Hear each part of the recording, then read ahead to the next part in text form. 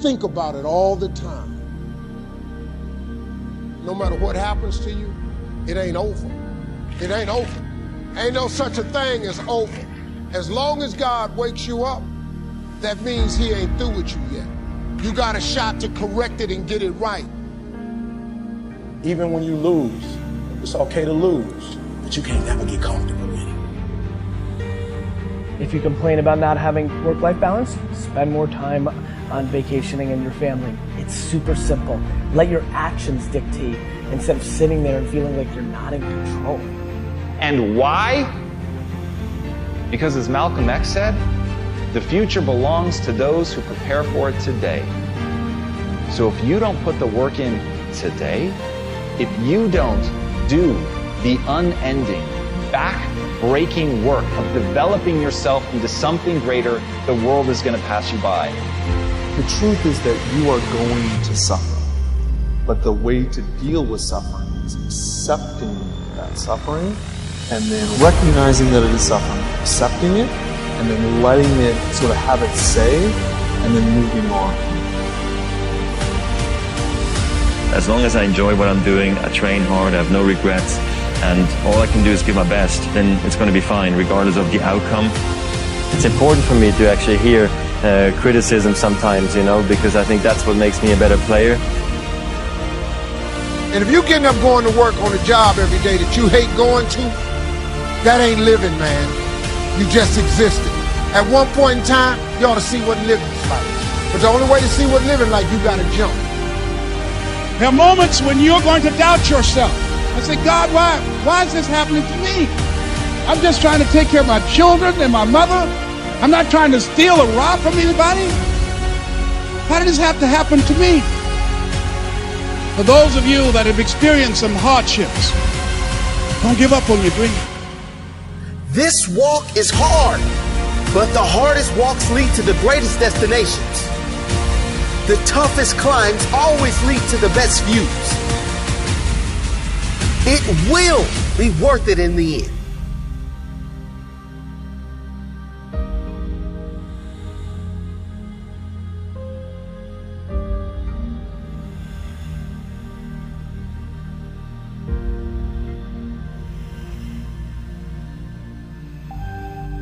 As Ernest Hemingway noted, the world breaks everyone, and afterward, many are stronger in the broken places.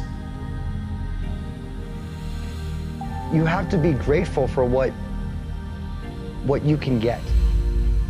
Plain and simple. Like, be grateful for what you have, because that's, like, we're lucky to even be here. You have to start in that mindset. It's like you can't, that's the problem with social media right now, is that you're comparing yourself to people that have like this large success, and you're like, I want to play there. But you first have to go with what you have in front of you and make that meaningful. I don't care how hard you fail. I don't care how many times you fail the test. I don't care if nobody don't believe in you. It only takes you believing in yourself to get this thing done.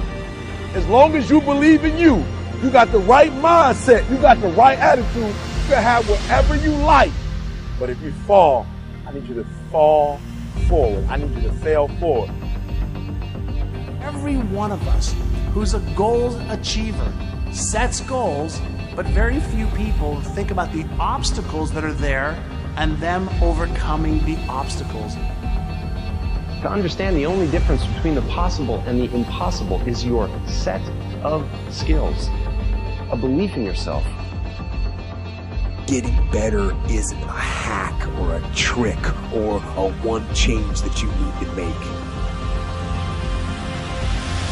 That most of you say you want to be successful, but you don't want it bad. You just kind of want it. You don't want it badder than you want to party. You don't want it as much as you want to be cool. Most of you don't want success as much as you want to sleep. We all have things that we're believing for, dreams that we want to accomplish, problems we're hoping will turn around. Maybe it's to see our family restored, to lose some weight, to break an addiction, to start our own business. But sometimes as it goes on, month after month, even year after year, we don't see anything changing. It's easy to get discouraged and think, it's never going to happen. This is as good as it gets. I'll just learn to live with it. We all go through disappointments, setbacks, loss. Pain is a part of life.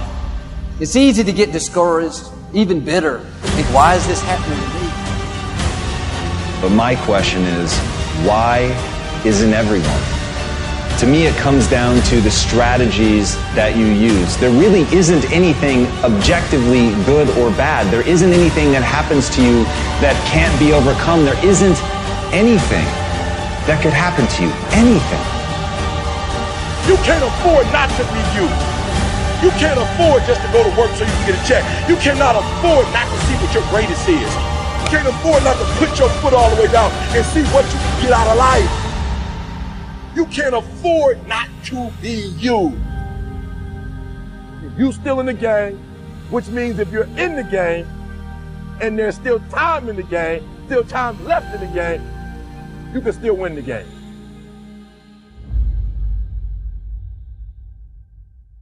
Giving up your personal history.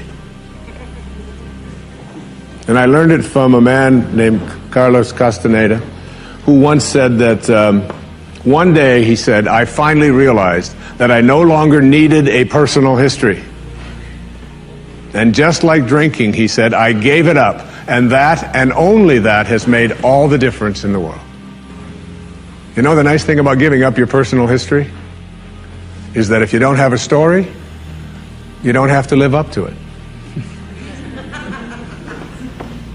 All of us have these bags of manure that we carry around with us called our past, and the people who have done things to us, and the events and the circumstances, all of this stuff that we use and we bond to, and we bond ourselves to these wounds of our past, and we identify ourselves on the basis of these wounds.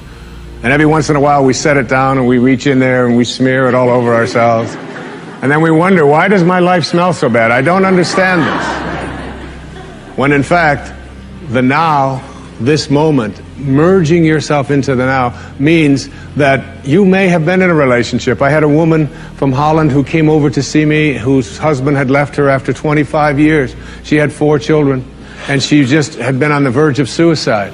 And she was losing weight, and she was depressed, and she was taking all kinds of drugs for it, and she was getting sicker and sicker because she just couldn't get over it.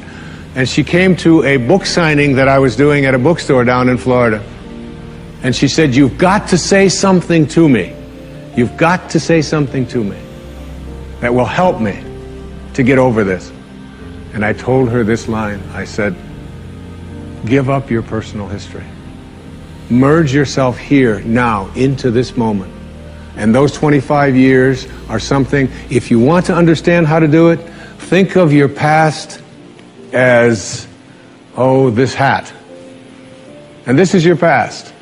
Now, you can't just set this thing down over here and walk away from it and give up your personal history, because you'll always have it there to look back at. What you do is you pick up your past and you embrace it. You understand it, you accept it as, I had to go through these things that I had to go through in order for me to get to this place today, and the evidence for that is that I did. You don't need any more evidence. You did. And then you toss it. You toss it.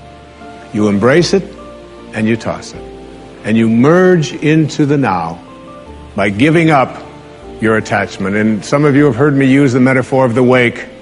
Alan Watts talked about the wake is not what drives the boat. The wake is just a trail that is left behind. That's all it is. And so is the wake of your life.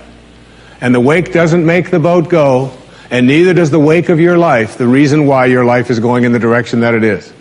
The wake is a trail that is left behind, and it's an illusion to believe that it is the cause of your suffering or your struggles or your difficulty. Give it up. Let it go. Embrace it, understand it, get help doing that if you must, and then move into the now.